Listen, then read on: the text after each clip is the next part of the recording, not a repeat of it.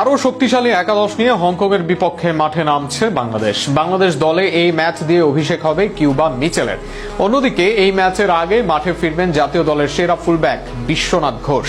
তাই হামজা, ফাহমিদুল, সামিদ সোমদের সঙ্গে কিউবা বিশ্বনাথের অন্তর্ভুক্তিতে আরও শক্তিশালী হয়েই হংকংয়ের বিপক্ষে মাঠে নামছে টাইগাররা। অনেক আশা থাকলেও সম্পূর্ণ পূরণ করতে পারেনি বাংলাদেশ জাতীয় দল। ডিফেন্সের ভুল, ফিনিশিংয়ে দুর্বলতা আর কোচের বাজে ট্যাকটিক্সে হারতে হয়েছে বহুল আলোচিত সিঙ্গাপুর ম্যাচে। তবে শক্তিশালী হংকংয়ের বিপক্ষে টাইগার দলের শক্তিটাও বাড়বে বেশ। সেক্ষেত্রে একাদশে অ্যাটাকিংয়ে ইতালির চতুর্থ স্তরের ক্লাবে খেলা ফাহমিদুল খেলতে পারেন লেফট উইংয়ে।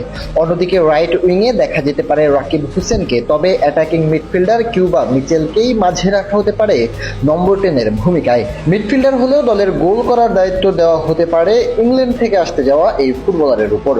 সমিত সোম, হামজাদের নিয়ে দুর্দান্ত মিডফিল্ড নিয়ে মাঠে নামার সুযোগ পাচ্ছে বাংলাদেশ।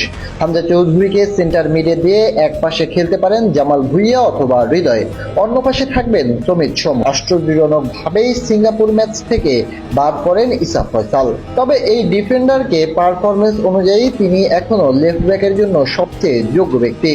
বিশেষ করে সর্বশেষ ম্যাচে সাদউদ্দিনের পারফরমেন্স ছিল দৃষ্টিকটু। তাই সেরা একাদশে লেফট ব্যাকে খেলবেন ইসাফ ফয়সাল, আর রাইট ব্যাকে ইনজুরি থেকে ফিরে ছন্দে আসলে একাদশে আসতে পারেন বিশ্বনাথ ঘোষ। সেন্টার ব্যাকে তারিক কাজী আর টপু বর্মনের থাকা নিয়ে খুব বেশি সংশয় নেই।